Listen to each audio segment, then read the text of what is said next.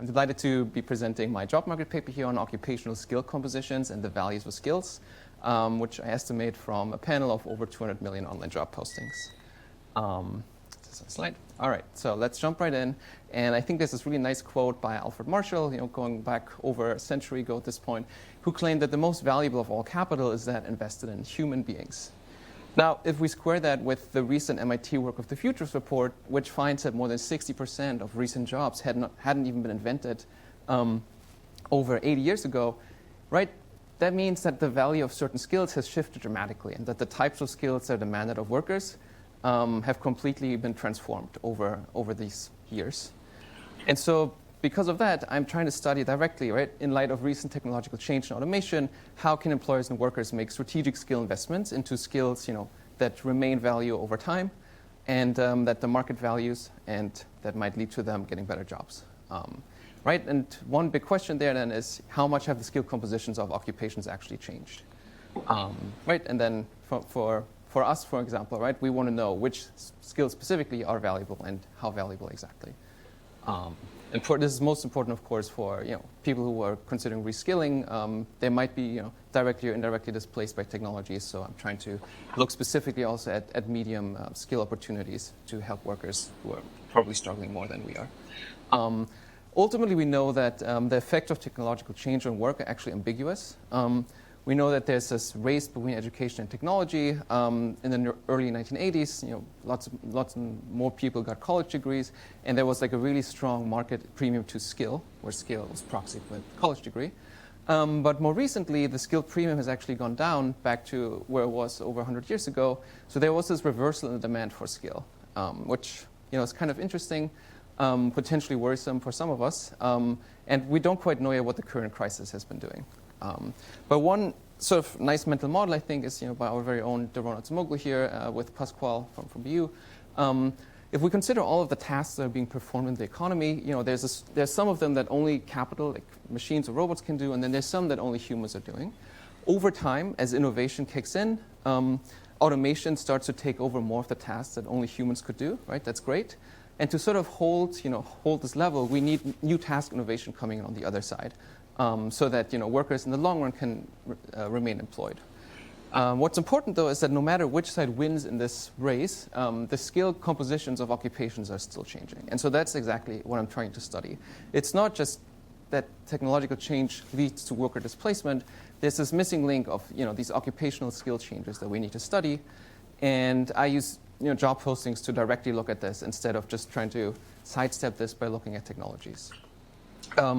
There are three main contributions, I think, in this paper. The first is that using these job postings, creating this occupation-level skill panel that I think is already helpful. I'll show you some summary statistics in a minute. I also like that it builds on this theory that occupations are effectively just bundles of skills. And then for the methodology, I developed this compositional data analysis to study how much these skill vectors of jobs have changed over time. And then finally, I'm also talking to the return to skills literature. I'm estimating the return to skills from the skill demand instead of the skill supply side. The main findings are that low-wage workers, occupational skill compositions have changed the fastest, which sort of leads to this, I call it a double whammy. So we already know that they're at higher risk of direct technological displacement through automation. But this also shows that the workers that maintain their jobs, they need to reskill more in order to stay productive and not risk getting laid off.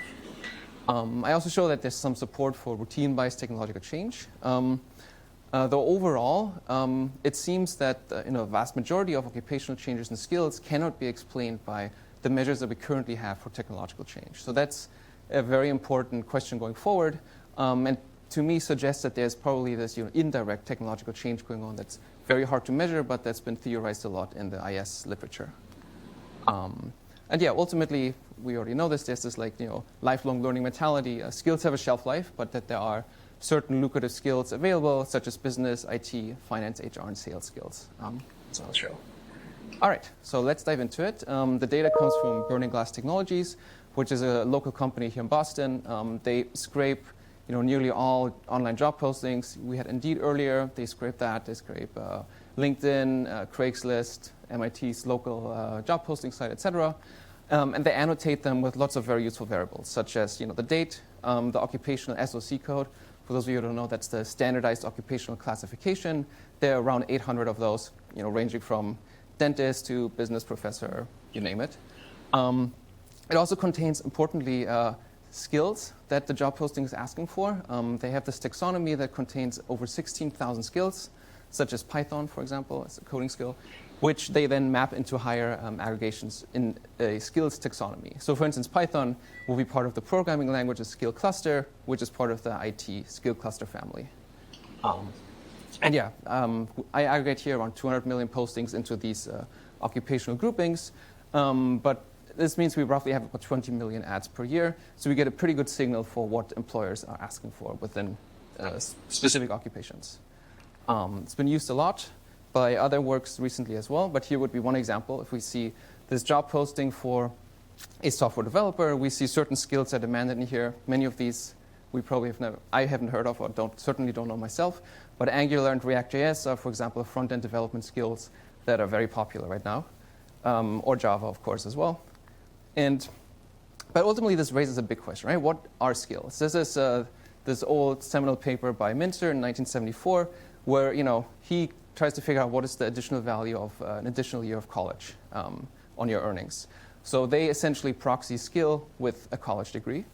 And in the past, in economics, this has been done a lot, where we talk about high skill versus low skill, which is really something we'll need to move away from, I think, because schooling and test scores and wages are not really good measures of what a skill actually is. Right? We have when we try to estimate the returns to skills, we run into a lot of issues where workers have ability, or they might have grit or other idiosyncratic preferences that lead to biases. So instead, I do it from the skill demand side here with job postings. So I essentially just aggregate them up to these occupation year cells by taking a weighted average over the jobs. And we can look at an example. For instance, this is a software developer. I'm just plotting here the top 10 skills demanded of them in 2010. And we can do this for every year and see that, for example, Java made up roughly a quarter of all the demands within software developers, which went down over time. And we have these skill vectors for all of these jobs, and we can then calculate a distance. How much has this, how far away is this vector from the other one, to get a sense of how much the occupation has changed. I discussed a lot of the different types of distances in the paper, but I don't want to bore you with those specifics right now. But since this is compositional data, the adjacent distance works best, at least in theory. Let's look into the results. Just some summary statistics. We can see here, some occupations that changed the most are like forest fire inspectors, et cetera, which we know anecdotally started to use more and more satellite imagery to detect fires and fight them. On the right-hand side, we see jobs that are more routine, such as food processing workers or roofers, which are actually very hard to automate because there's a lot of specificities for each task that they perform. In the interest of time here, I just want you guys to focus on this turquoise line here. I overlaid it over all of the measures of technological change that currently exist in the literature. And one thing that I want to point out is first, they don't correlate well with each other. And more importantly, on the left-hand side, this is on the x-axis of the wage deciles here, those are the occupations that changed the most. So low-wage occupations changed more, and in a regression I show that this is statistically significant compared to the high-wage occupations in the US. I also connected it with a CPS to get a little more insight in which demographics are most affected. And so besides these low-wage workers, we also know that blacks and Hispanics, as well as older men, are most impacted by the skills within their jobs changing very quickly. This is me, regressing my occupational change measure, which I create on all of these technology scores. I know there are a lot here. They come from lots of different papers in the IS and economics literature. The main thing, I think, for us right now is that the R-square is actually quite low, so we can't really explain a whole lot of the variance. But we generally see some support here that routine-based technological change, so the idea that technologies have an easier time replacing routine tasks is in existence here, right? So if we look at the Otto-Dorn abstract task score, which is negatively correlated with occupation change, it means that if an occupation demands more abstract tasks, those occupations change relatively less. Now, I also want to quickly showcase the returns to skill stuff. There's this really nice layup by the Ferber et al. Paper in 2011 who claimed that essentially no data exists to study the returns to skill. And I think that's still correct from the worker side because we'll never get all of these variables at this level. But I think with the data that I have here, we can do it from the employer or the skill demand side, because we have the wage of occupation I at time t. We are trying to estimate these returns. Those are the RKTs there.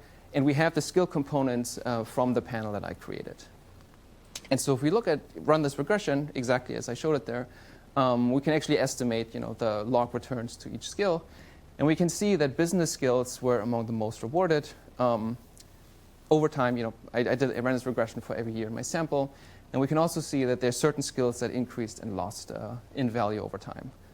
So business at the top, human resources skills lost in value. That's the second row. And at the very bottom, just to point out some examples, we see that customer and client support skills lost further in value over the last decade. So just to summarize briefly, I'm finding that business, finance, and IT skills offered and continue to offer above average returns. So we're all on a good path, I think. HR skills used to be highly rewarded, but have lost market value over time, likely because of automation for those kinds of jobs. And one skill that's been rewarded more over time has been sales. This could be in part potentially due to the leveraging of more machine learning to drive more value for companies. Could also be due to more customer individualized shopping experiences. That's something one could look into, for instance. Yes, so those are the skill returns. And just to conclude more broadly, so just in this work, I'm studying the future of work like in lots of other work. And here I'm really looking at the occupational skill compositions of occupations and how much they've changed over time. And low-wage workers, as I mentioned, are doubly at risk. They face higher direct displacement, and they have higher reskilling pressures. Okay, I think that's it. Yeah. Thank you so much.